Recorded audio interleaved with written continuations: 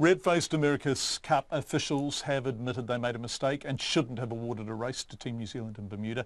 Just seconds before Sweden's Artemis was due to cross the line and win, the New Zealanders protested and were allowed to pass after an instant umpire call on the water. The officials say after a more detailed look they got it wrong, but there's no going back on the controversial call. Our America's Cup reporter Todd Niall is in Bermuda.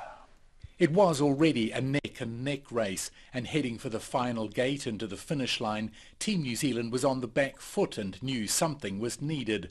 The helmsman Peter Burling says they tried to set it up so Artemis would lose the right-of-way at the turn, and when the Swedes got past, he hit the protest button. I was kind of half underwater trying to push it on one side of the boat and then ran across to the high side just as we were, hopefully trying to get it pointing into wind to keep it upright, and it was obviously not our normal kind of manoeuvre, and something that in that kind of breeze it's pretty easy to roll the boat over like that, so we're really happy that we kept it upright and kind of managed to come away with the win. Was it a 50-50 punt from your point of view, or was it pretty clear?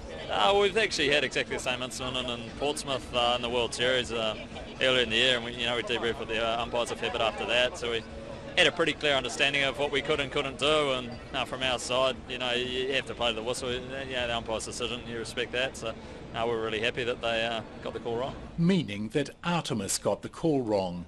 When I spoke to the Swedes helmsman Nathan Outeridge soon after the race, he was baffled. I've watched the video back, I've watched the umpire app back. I haven't actually got a chance to speak to the umpires, but I'd like to understand the situation a bit better, because from my perspective we gave him plenty of room, and I was a bit shocked to get the penalty, but it's not my position. So what was happening on the boat? At the time you got the call, what was happening on the boat? Did you talk about it? Did you believe it? We were ripping to the finishing line doing over 40 knots. Thinking about trying to control the boat and take the beast, and when the blue light came on, I don't think anyone understood how a decision like that could be made.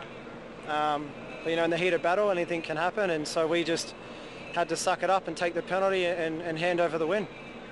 Have you had that in your career before, having to put the brakes on that close to the line? Only in the America's Cup.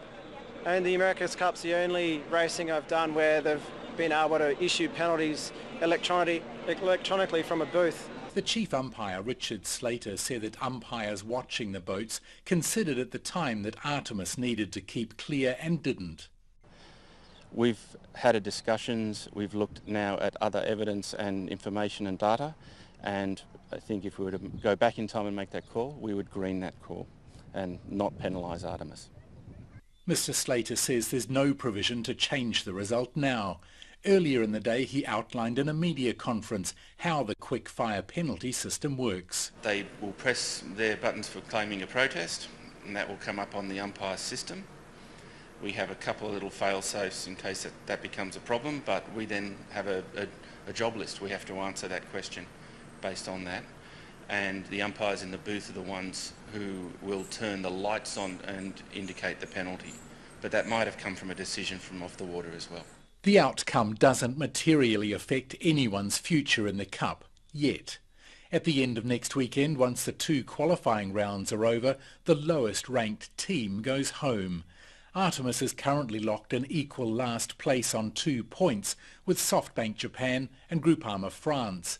It needs to get out of there in the next 5 days racing to prevent the umpiring blunder from helping to end their Bermuda dream. In Bermuda, mo te hōtaka o te ahiahi, ko Todd Niall tēnei.